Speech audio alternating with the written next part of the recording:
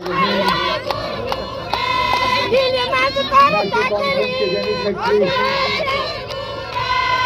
अली मोहम्मद सागर साहब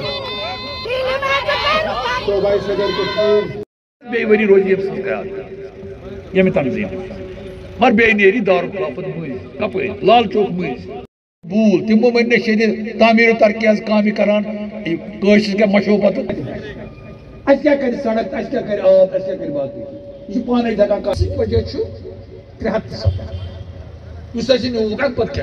अरे बोर्ड छुरा गोपा उन्हें हमें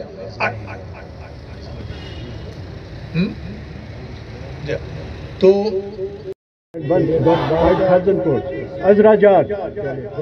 पिंगपोरा में रहती है and that constituency is for BDC and DDC reserve कर एडवोकेट जमात के लिए दर्द और वर्करों के साथ बराबर तालमेल। यहाँ पे तंजीमी लेवल पे इन्होंने किसी झगड़े की गुंजाइश भी नहीं रखी, बराबर सबके ऊपर अपना हाथ रखा है, किसी के साथ फर्क नहीं। ये अलग अलग तराजुओं में अलग अलग लोगों को तोलते नहीं। इनका अगर एक मकसद है वो सिर्फ यही है कि पटन में हर किसी को जोड़ के अपने साथ चला के यहाँ पे तंजीम को मजबूत करना। तैयारी कर रहे थे, कभी ये झांसा डालते थे कि मुमकिन है असेंबली के इलेक्शन होंगे, नहीं हुए। फिर हमें कहा गया था कि बल्दियाती इलेक्शन की तैयारी करो, यहाँ म्यूनसिपल इलेक्शन होंगे, दोबारा पंच सरपंच के इलेक्शन होंगे। हमने गाड़ी की रफ्तार तेज़ की, लेकिन अब दूध का दूध पानी का पानी, असलियत हमारे सामने आ गई। रात को ही हमारे जम्मू कश्मीर के लेफ्टिनेंट गवर्नर साहब ने कहीं पे तकरीर की और कहा फ़िलहाल यहाँ पे ना म्यूनसिपल इलेक्शन होगा, ना पंची सरपंची का इलेक्शन होगा। और हैरानगी की बात ये कि बहाना जब तैयार करना था तो कहा कि यहाँ पे डिलिमिटेशन होनी है, नए सिरे से जो वार्ड है वार्ड बंदी करनी है, उसके बाद इलेक्शन होंगे। बिना कोई मैच हारे हुए और अभी तक परफॉर्मेंस टीम की बड़ी बेहतरीन रही है। हम यही उम्मीद करते हैं कि फाइनल तक यही परफॉर्मेंस रहे और ट्रॉफी जीत के वापस आ जाए। सर एलजी साहब ने जो कल कहा था कि डिमोलिशन जब कंप्लीट होगा तो वार्ड्स के तो जो यहाँ पे पुलिस है फिर वो हो जाएंगे। मैं ये जानना चाहूँगा ना, आपको अब डिलिमिटेशन याद आया जब हमें पहले ही सही पता था कि इनका टर्म 5 साल का होता है। 2018 में इलेक्शन हुए, 2023 में इलेक्शन होने चाहिए, तो क्या 22 में आप ये शुरू नहीं कर सकते थे? 22 में आप डिलिमिटेशन करते, 23 तक मुकम्मल होता, वक्त पे इलेक्शन होते, लोगों को एक हुकूमत का जो टियर है वो मिल जाता। असेंबली आप कर नहीं रहे हो। कम से कम जो आपने सुप्रीम कोर्ट में कहा, जो आपने बाकी मुल्कों को दिखाया, जनाब यहाँ 3 टियर सिस्टम है, एक एक करके आपने वो तमाम टियर ख़त्म किए। मुझे डर इस बात का है कि खुदा न खास्ता कोई बहाना बना के ये मत हमारा पार्लियामेंट के जो है वो भी इलेक्शन ये खा जाएंगे। ये लोग ना कहने के लिए तो जमहूरियत में भरोसा रखते हैं, लेकिन इनका जमहूरियत में भरोसा जो है वो लखनपुर पे ख़त्म हो जाता है। जमहूरियत का जो है इन्होंने जम्मू कश्मीर में तहस नहस किया है और बदकिस्मती से कहना पड़ता है आगे भी करते आएंगे। और इसमें इलेक्शन कमीशन भी कसूरवार है।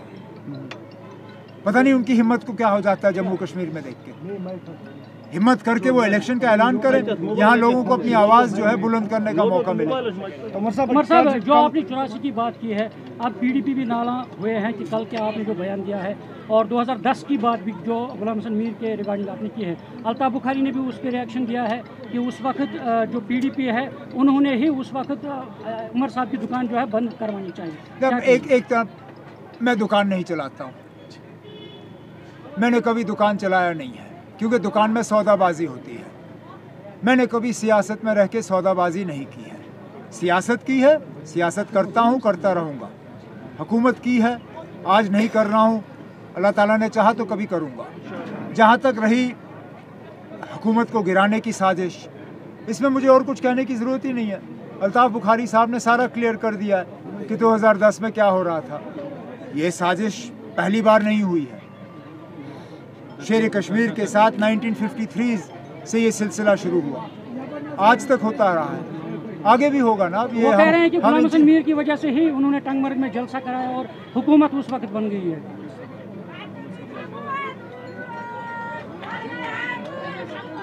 मैं क्या कह सकता हूँ ना, जहाँ तक मुझे याद है टंगमर्ग में कोई जलसा नहीं हुआ। टंगमर्ग में ऑल पार्टी एमपीज़ की मीटिंग बुलाई गई थी। उनको वहाँ ज़मीनी सतह पे हालात जो है वो दिखाए गए थे। लोगों की नाराज़गी जो है उसका थोड़ा सा हम मरकज़ को दिखाना चाहते थे कि यहाँ हालात पूरी तरह से ठीक नहीं है। जलसा मुझे याद नहीं है, ना कोई जलसा वहाँ हुआ। टंगमर्ग जला और बुरी तरह से जला।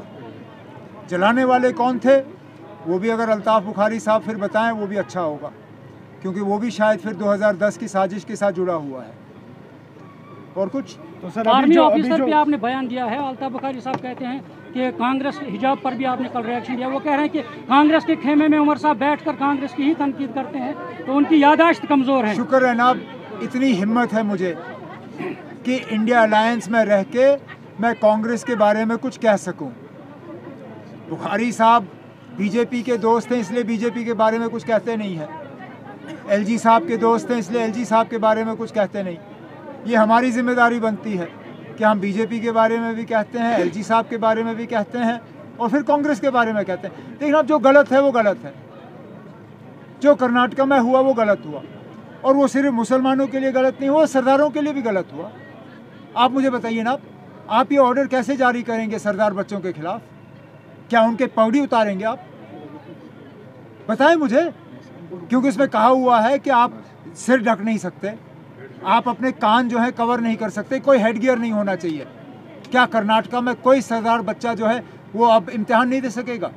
हमारी बच्चियों के साथ तो ये कर्नाटक में पहली बार नहीं हुआ है, और हुकूमत ने कहा ये सिर्फ हिजाब के बारे में नहीं है। ठीक है, नहीं है। सरदार बच्चे क्या करेंगे?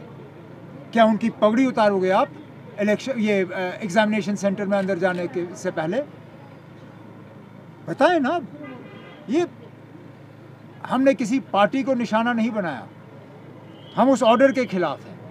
अगर कांग्रेस हुकूमत कर रही है, अगर निशाना उन पर पड़ता है तो मैं उसके लिए माफ़ी नहीं मांगूंगा। उमर साहब, क्या आप पार्लियामेंट इलेक्शन लड़ने जा रहे हैं? क्योंकि चुमा गोया हो रही है कि उमर साहब खुद नॉर्थ से पार्लियामेंट सीट। ये आप अफवाह फैला रहे हैं ना। उमर साहब लेकिन आप सुनिए ना, नेशनल कॉन्फ्रेंस में मैंडेट का फैसला पार्लिमानी बोर्ड करती है और इस पर मोहर फिर हमारे सदर जनाब फारूक अब्दुल्ला साहब डालते हैं। पार्लिमानी बोर्ड ने अभी कोई इस पर बहस नहीं की है, चाहे साउथ कश्मीर का, चाहे सेंट्रल कश्मीर का, चाहे नॉर्थ कश्मीर का। ऐन वक्त पे जब फैसला करना होगा पार्टी इस पे बैठ के सही फैसला करेगी। इलेक्शंस को लेकर आप मौजूदा सरकार को क्या मैसेज देना चाहते हैं? किस चीज़ पे? इलेक्शंस को लेकर। किस चीज़ के बारे में? इलेक्शंस को लेकर कराएं इलेक्शन ना। वो इलेक्शन से डर क्यों रहे हैं? कराएं इलेक्शन, और क्या मैसेज दे सकता हूँ? यहाँ के लोग इलेक्शन चाहते हैं, जम्मू कश्मीर की आवाम जो है वो इलेक्शन चाहती है। सिर्फ बीजेपी और बीजेपी के जो खैर खां हैं वो इलेक्शन नहीं चाहते। यहाँ के आवाम को अपनी हुकूमत चुनने का मौका दे दीजिए। लोगों को फैसला जो है हमारे सिर आंखों पे। आपने कल स्पीच में कहा कि जो असेंबली इलेक्शन जो अप्रैल हो जाएंगे तो हमारी जो पार्टी है 90 सीटें से वो जीतेगी। क्या आप ऐसे ही कह रहे हैं कि कल जो आपने स्पीच में कहा कि जो असेंबली इलेक्शन जो आने वाला है तो हमारी जो फुल मेजोरिटी होगी 90 सीटें हम जीतेंगे J&K में? और जम्मू में तो मैंने ये कभी नहीं कहा। मैं क्या बेवकूफ़ हूँ कि मैं आपको कहूँगा कि 90 के 90 हम जीतेंगे? 45 तो कहा। 45 तक पहुँचना तो हमारा फर्ज है ना। मैं क्या पहले ही से आपसे कहूँ कि ना हम हाफ भी नहीं कवर करेंगे? क्या हो गया आपको? कम से कम 45 का टारगेट तो हमें रखना चाहिए। हमने टारगेट उससे कहीं गुना ज़्यादा रखा है, लेकिन अब 45 की बात करना क्या गलत है? मैं आपको पहले ही कहूँ कि ना कि हम हाफ भी कवर नहीं करेंगे, फिर तो फिर घर बैठो करो ये दुकान, ये सारा सिलसिला बंद। उमर साहब यूसीसी अगर बात करें यूनिफॉर्म सिविल कोड बस। उत्तराखंड में